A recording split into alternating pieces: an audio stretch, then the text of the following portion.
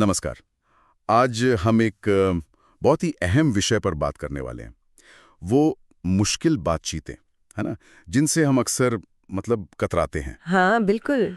हमारे पास crucial conversations किताब की एक हिंदी समीक्षा है और ये बताती है कि भाई जब दांव ऊंचे हों, जज्बात एकदम उफान पर और नतीजे बहुत मायने रखते हों, तब बात कैसे की जाए। सही कहा। ये वो बातचीतें होती हैं जहाँ विचारों में मतभेद होता है, भावनाएं तेज होती हैं हाँ। और हाँ, परिणाम महत्वपूर्ण होते हैं। जैसे सोचिए प्रमोशन की बात करनी हो, या किसी रिश्ते में कोई अनबन चल रही हो, या किसी को बताना हो कि भाई आपसे ये गलती हो गई। मुश्किल होता है बहुत ज्यादा। और अक्सर लोग क्या करते हैं, समीक्षा के मुताबिक 2 ही रास्ते पकड़ते हैं। या तो एकदम खामोश हो जाते हैं, साइलेंस जिसे हाँ, कहते हैं, या फिर वो आक्रामक हो जाते हैं, वायलेंस, मतलब चिल्लाना, इल्जाम लगाना। हाँ, या तो चुप या फिर झगड़ा। और समीक्षा कहती है कि समाधान इन दोनों के बीच में है, मतलब सार्थक संवाद में। बिल्कुल, सार्थक संवाद। लेकिन ये कहने में आसान है। वही तो ये समीक्षा बताती है कि इसमें सबसे पहली चीज है एक सुरक्षित माहौल बनाना, सेफ्टी, ताकि सामने वाले को लगे कि हाँ मेरी बात सुनी जाएगी, समझी जाएगी। पर ये होता कैसे है? अच्छा सवाल है। देखिए, सुरक्षा का मतलब सिर्फ ये नहीं कि शारीरिक खतरा नहीं है। यहाँ मतलब है भरोसा दिलाना कि उनकी इज्जत, उनकी भावनाओं की कद्र होगी। और ये तब होता है जब उन्हें लगे कि हमारा इरादा उन्हें नीचा दिखाना या अपनी बात मनवाना नहीं है, बल्कि मिलकर कोई हल निकालना है। अच्छा। इसीलिए बातचीत शुरू करने से पहले अपने इरादे साफ करना, जिसे समीक्षा कहती है स्टार्ट विथ हार्ट, वो बहुत जरूरी है। खुद से पूछना, मैं असल में इस बातचीत से क्या हासिल करना चाहता हूँ, इस रिश्ते के लिए क्या चाहता हूँ। मतलब पहले अपने अंदर झांकना है। हाँ, कि कहीं मैं ही तो गुस्से में नहीं जा रहा या सिर्फ अपनी जीत तो नहीं चाह रहा। एग्जैक्टली। क्या मेरा बर्ताव खुद समस्या तो नहीं बन रहा, ये सोचना बहुत जरूरी है। ठीक है, तो इरादा नेक रखा, पर मान लीजिए सामने वाला पहले से ही डिफेंसिव मोड में है, तब क्या करें? हाँ, ये होता है। तब आता है साझा उद्देश्य खोजना, शेयर्ड पर्पस।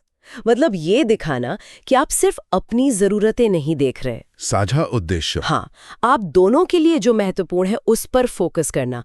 मैं सही हूं वाली सोच से हटकर हम मिलकर इस मुश्किल से कैसे निपटें, इस पर आना। ये बात समझ आई। मतलब एक कॉमन ग्राउंड ढूंढना कि हम दोनों चाहते तो यही हैं कि ये मसला हल हो, है ना? बिल्कुल। जब उन्हें लगता है कि आप उनकी भी परवाह कर रहे हैं किसी साझे लक्ष्य की, तब वो ज्यादा खुलते हैं, सुनते हैं। अच्छा, तो माहौल सुरक्षित बनाया, दिल साफ रखा, साझा मकसद भी ढूंढ लिया। अब बात कैसे कहें? यहीं तो गाड़ी अटकती है अक्सर, शब्दों का चुनाव। हाँ बिल्कुल। इसके लिए समीक्षा में एक बड़ा अच्छा मॉडल दिया है, स्टेट, STATE। स्टेट ये क्या है? ये एक तरह का क्रम है बात रखने का।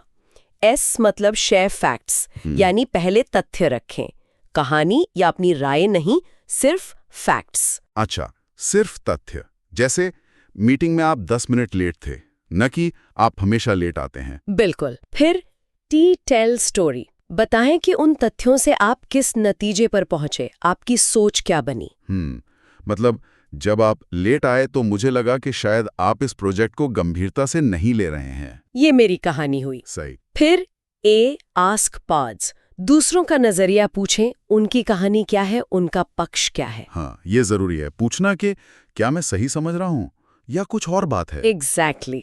फिर T टॉक टेंटेटिवली, नरमी से बात करें, अपनी बात को ऐसे रखें जैसे वो आपकी समझ है, पत्थर की लकीर नहीं। अच्छा, मतलब आत्मविश्वास से कहें पर अड़ियल ना हो, जैसे शायद मैं गलत हूं पर मुझे ऐसा महसूस हुआ। हाँ, और आखिर में E एनकरेज टेस्टिंग, दूसरों को खुलकर अपनी बात कहने, यहाँ तक कि असहमत होने का न्योता दें, ताकि मिलकर कोई समाधान निकले। ये स्टेट मॉडल तो काफी प्रैक्टिकल लग रहा है। Share facts, tell story, ask paths, talk tentatively, encourage testing. हाँ, ये बातचीत को जज्बातों के भंवर से निकालकर तथ्यों और समाधान की ओर ले जाने में मदद करता है। और ये सब करते हुए अपने जज्बातों पर भी नजर रखनी है ना? समीक्षा कहती है कि गुस्सा आए या डर लगे तो उसे पहचानना है, दबाना नहीं पर काबू रखना है। बिल्कुल, जज्बात तो आएंगे ही। बातचीत क्रूशियल जो है, मुद्दा ये है कि क्या हम उन्हें समझकर, उन्हें मैनेज करके बात कर सकते हैं, या फिर वो जज्बात हम पे हावी हो जाते हैं। सही कहा। ये सिर्फ बोलने की नहीं, सुनने और समझने की भी कला है। मुझे समीक्षा की एक लाइन याद आ रही है, कठिन बातचीत से भागिए मत, उसकी तैयारी कीजिए। बहुत अच्छी बात है। ये सोचना ही कि हमारे शब्द रिश्ते बना या बिगाड़ सकते हैं, ये अपने आप में शक्तिशाली है। और मकसद जीतना नहीं, हल निकालना है। हाँ। तो इस पूरी गहरी पड़ताल का निचोड़ यही है कि असली ताकत न तो चीखने में है, न चुप रहने में। असली ताकत है सही तरीके से सोच समझकर बोलने और सुनने में। ये समीक्षा हमें एक तरह से आईना दिखाती है कि हम कैसे बात करते हैं और कैसे बेहतर बन सकते हैं। और जाते जाते एक सवाल मैं छोड़ना चाहूंगी इस सोचने के लिए।